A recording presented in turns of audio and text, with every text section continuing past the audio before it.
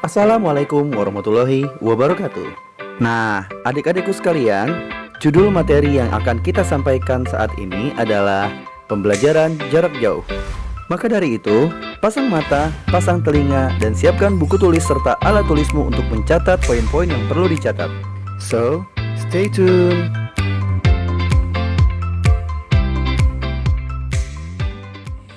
Bismillahirrahmanirrahim. Assalamualaikum warahmatullahi wabarakatuh. Bagaimana kabar kalian anak-anakku sekalian? Masih semangat? Ya, langsung saja ya kita beranjak ke materi yang selanjutnya, yaitu belajar dari rumah atau bisa disingkat dengan BDR. Ngomong-ngomong soal BDR, apa sih sebenarnya BDR itu? Kenapa kita harus BDR? Dan bagaimana caranya? Langsung aja ya. BDR adalah singkatan dari belajar dari rumah atau yang biasa kita sebut dengan learn from home, work from home, dan lainnya. Kenapa kita disuruh BDR? BDR merupakan salah satu program pemerintah dalam menangani masalah kegiatan belajar mengajar di sekolah, di kampus, universitas, dan lainnya dalam kondisi darurat. Seperti yang kita sedang rasakan saat ini, kita sedang dilanda dengan suatu musibah yang kita nggak tahu kapan berhentinya. Dan pemberhentian itu akan bergantung kepada diri kita masing-masing, yaitu menyebarnya pandemi COVID-19, di mana banyak larangan-larangan yang diterapkan oleh pemerintah. Salah satunya tidak berkerumun dan tidak pergi kemana-mana. Namanya sekolah, pasti kita pergi ke sekolah, dan kita tidak sendiri, banyak teman-temannya. Maka dari itu kita dilarang untuk pergi ke sekolah. Lalu bagaimana cara kita belajar? Ya, BDR adalah salah satu jawabannya. Kita belajar dari rumah. Bagaimana cara belajar dari rumah? Pemerintah menetapkan ada dua cara untuk menangani hal tersebut. Yang pertama, bisa secara online atau yang biasa kita sebut dengan daring. Dan yang kedua, offline atau yang biasa kita sebut dengan luring. Nah, setelah ini saya akan menjelaskan masing-masing dari cara belajar dari rumah tersebut. Yang pertama, secara online atau daring. Nah, seperti yang kalian sudah tahu, pernah lihat, dan lainnya, belajar secara online mungkin bisa dibantu dengan aplikasi-aplikasi pendukung yang ada di smartphone kalian atau di laptop, atau dengan software-software pendukung lainnya. Contoh bisa dengan via Zoom, aplikasi Zoom, atau dengan Google Classroom, dan lainnya. Atau lebih tepatnya, belajar online atau daring ini tatap muka virtual. Ya, seperti yang adik-adik pernah lakukan. Kalau misalnya kalian mau bertemu dengan seseorang, mau ngobrol tapi biar kelihatan mukanya, akhirnya apa? Ya, video call dan lainnya. Nah, itu salah satu termasuk dengan metode tatap muka virtual. Belajar online juga seperti itu, karena di dalam Zoom atau Google Classroom kita bisa bertemu langsung dan menatap wajahnya. Nah, di belajar online ini juga terbagi menjadi 3 tahapan.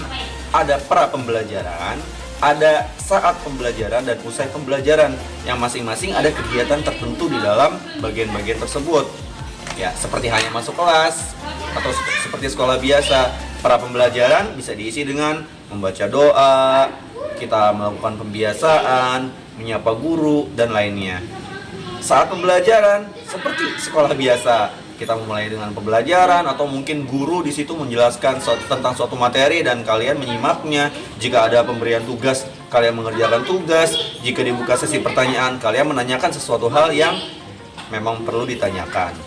Nah, apa saja sih yang harus kita persiapkan guna melakukan belajar dari rumah dengan cara online atau daring? Yang pastinya kita harus mempunyai media pendukungnya. Apa media pendukungnya? Bisa melalui smartphone, bisa melalui laptop, dan lainnya. Selain smartphone atau laptop yang kita punya, kita juga harus memiliki kuota internet yang cukup.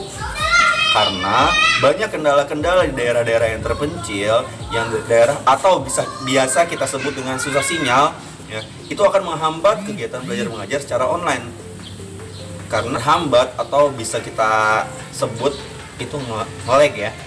Nah, seperti itu. Jadi, saran kalau misalnya kita mau melakukan belajar dari rumah secara online, siapkan media yang baik dan siapkan kuota internet yang cukup. Oke. Nah, untuk metode yang kedua, belajar dari rumah secara offline atau biasa kita sebut dengan luring. Bagaimana caranya? Tetap kalian belajar di rumah masing-masing. Hanya saja dibantu dengan media-media perangkat yang mendukung pembelajaran kalian. Seperti apa? Bisa dengan bantuan radio, atau kalian menonton TV, atau kalian mengamati lingkungan kalian secara langsung. Nah, pada intinya, belajar luring ini tidak seperti belajar pada umumnya di sekolah.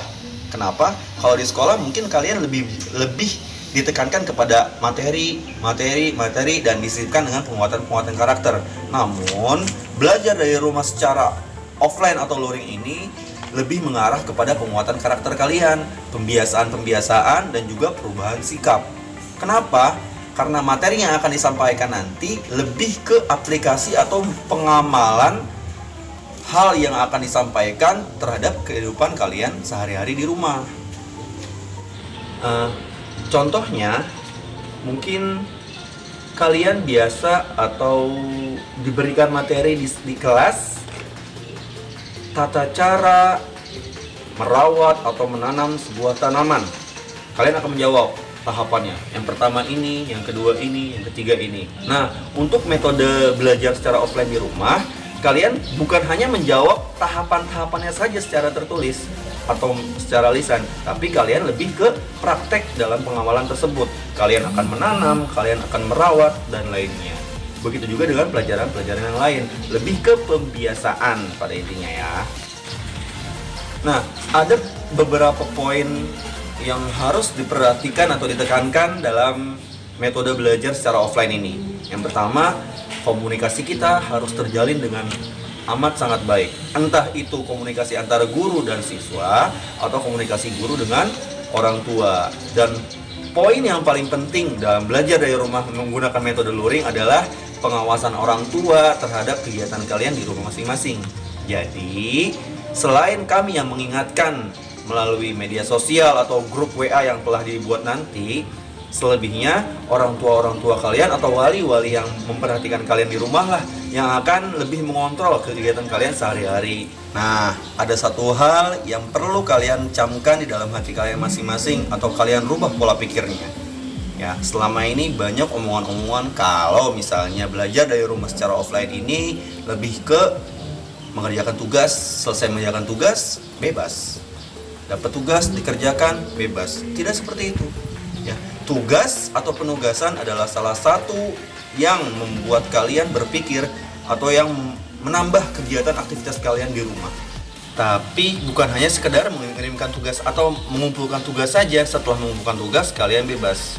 Nah, kami lebih menginginkan adanya perubahan karakter kalian, adanya timbul rasa mandiri, kreatif, solidaritas kalian, atau bukti bakti kalian kepada orang tua dengan cara membantu pekerjaan orang tua, membersihkan halaman, dan pembiasaan-pembiasaan yang baik yang dilakukan oleh kalian di kehidupan kalian sehari-hari. Bangun pagi, kalian biasakan untuk yang beragama muslim, mungkin biasa untuk sholat duha atau tadarus dan lain-lainnya. Pagi menambah waktu sedikit, kalian mungkin melakukan olahraga kecil untuk menjaga kesehatan kalian. Dan yang pastinya, jika memang diperlukan keluar rumah, kalian tetap harus mengikuti protokol COVID-19. Nah, disiplin mengumpulkan tugas juga perlu diperhatikan. Karena apa? Salah satu yang menjadi titik poin penilaian kami dalam belajar dari rumah adalah pengumpulan tugas. Ya, jadi tolong jangan diremehkan. Oke, mungkin hanya ini yang bisa saya sampaikan.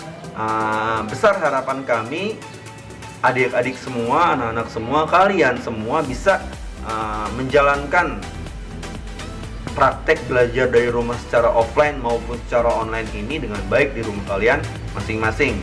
Karena sudah menjadi kewajiban bagi kita itu untuk terus belajar tanpa batas umur atau tanpa batas waktu.